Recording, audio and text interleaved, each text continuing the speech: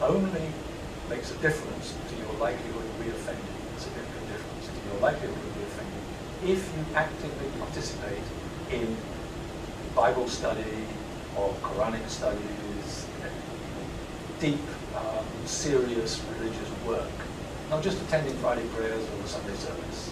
That seems to make no difference whatsoever. And that's on the basis of tens of thousands of prisoners' experience over many years. Very, very sophisticated analysis.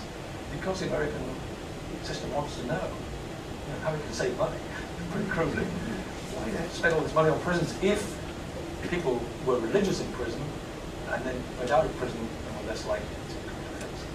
But I've questioned chaplains about this, and they're all pretty clear that just registering as a member of a religion, going to the weekly service makes no difference. But if they do participate energetically in religious activities in prison, then they are just slightly less likely to reoffend and come up. It's a very small percentage.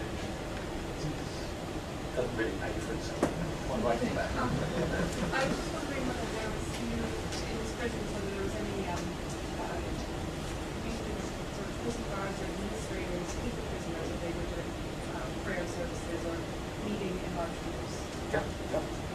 In fact, for Britain, the chaplaincy is called the Prison Service Chaplaincy.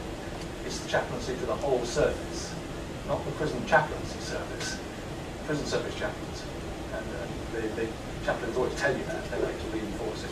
So yeah, they serve, and the other national systems that I know about do the same.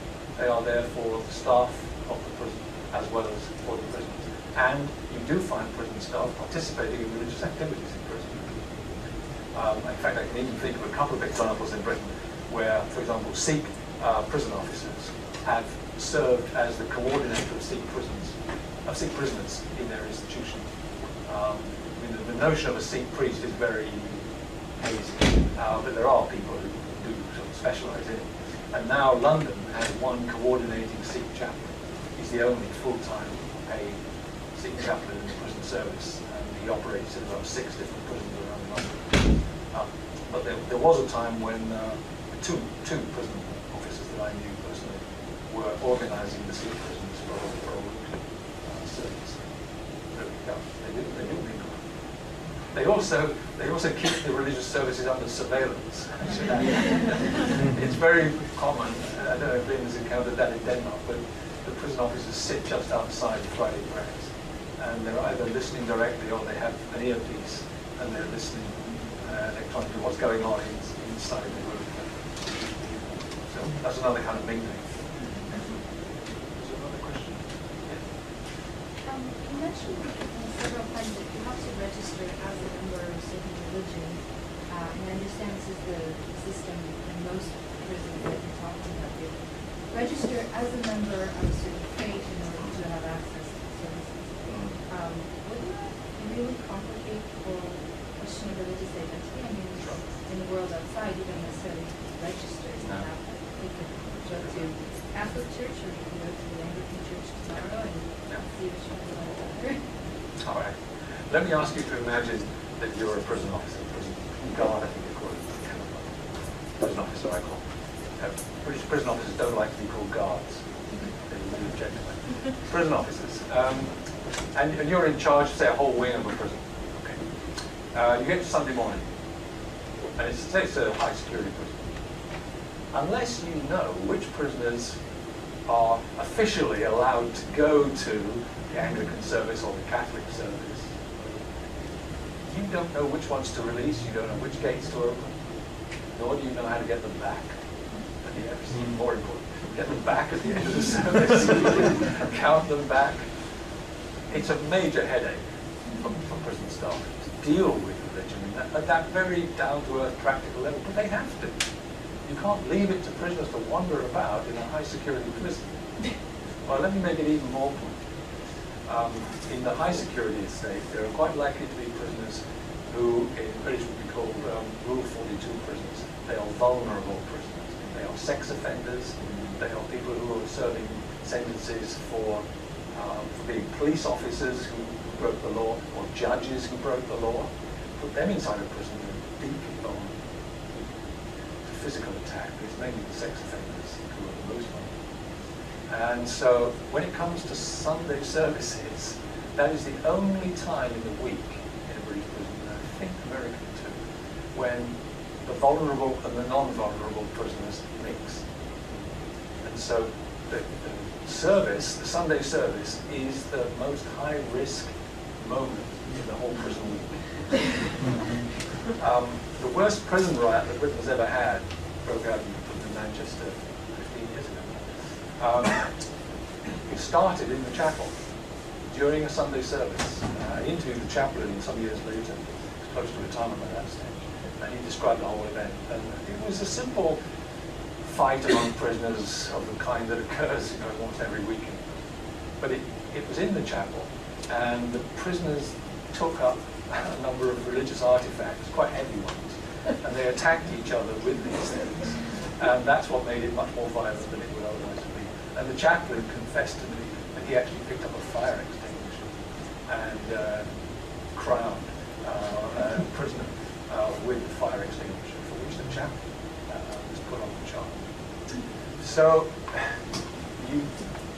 it's all, yeah, ideally you wouldn't register as a member of the religion, but in practical terms, how can you run a prison as a prison unless you know exactly who is going to go to a certain religious service?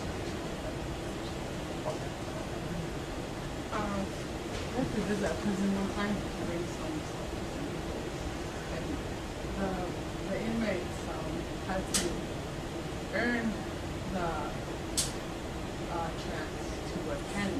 Oh, really? So it's not like they were of the belief system, so they're all automatically going to go. And it was like the highest maximum security kind of place. Yeah. So they're not all just going to the regular ones. They have to be a good behavior, and then they're not on good behavior, they don't get to go to their religious accommodation. Yeah, and that's why in some prison systems, at least, not the French, if prisoners are in solitary confinement, they're in disciplinary quarters in the prison, one of the chaplains must visit that area every day.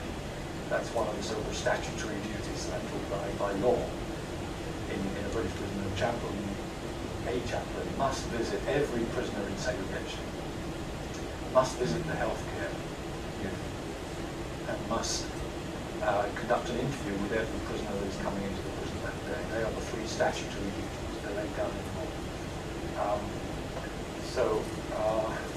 Yeah, I've not heard of that use of using the opportunity to go to religious activity as a bargaining counter with a prisoner. I've certainly heard of cases where prisoners have infringed prison laws and been forbidden from attending a religious service, something like that. That's quite common. Not usually quite that way before. American prison. Okay, well, in that case. It's interesting. This is a very interesting discussion, but what comes to mind every time for everything in terms of recidivism, culture of participation in religion in prisons, the first thing that comes to mind over and over again is the film Clockwork Orange.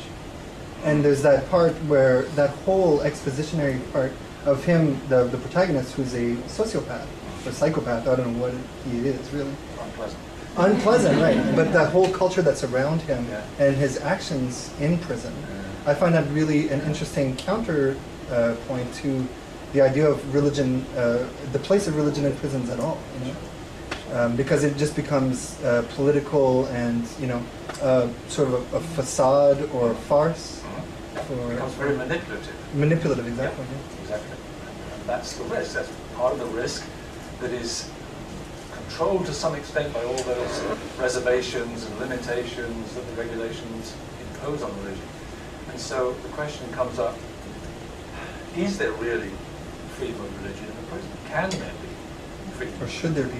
Should there be? I don't have any difficulty about that one. But what kind of a freedom of religion? I think that's what I'm trying to emphasize. What kind of freedom of religion is it?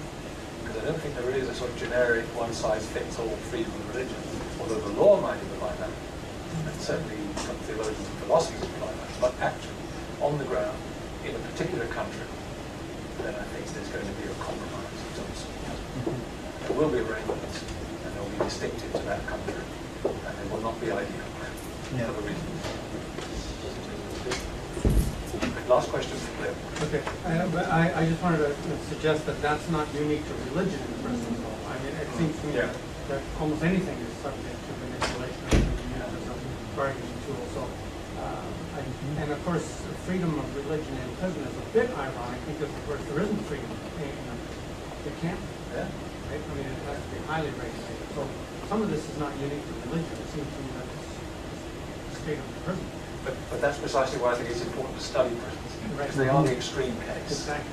They sharpen your focus on what the issues are. I mean, we could discuss the freedom of religion forever, but never really get down to this difficult level where you're the prison administrator, you've got to make the decision. Do you allow Satanism or not? And if so, on what conditions do you allow it? How?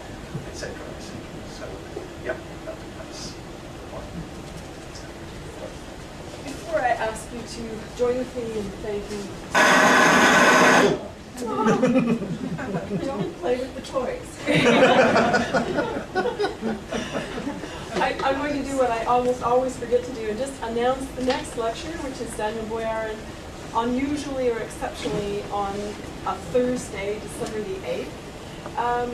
I also wanted to mention that there is a reception following this, just immediately. In fact, Heather just unveiled food as I'm speaking. And last but not least, and I'm sorry that I think some people whom I may want to thank have already left, but today we had some people come from, I think, outside of the university, so some people from the community, and I especially wanted to thank, I'm always grateful for everyone being here, so, but today I wanted to offer a special thanks to those people who come from the community. I also think we had, or have, some people from Correctional Services Canada who popped by, and I wanted to thank them. And last but not least, we have a really fine criminology program here at the University of Ottawa, and I think some of my criminology colleagues also came, and so I wanted to offer special thanks to all of those groups, and then to all of you for coming. So without further ado, we will get to the reception, but first I think we would like to thank you again for participating.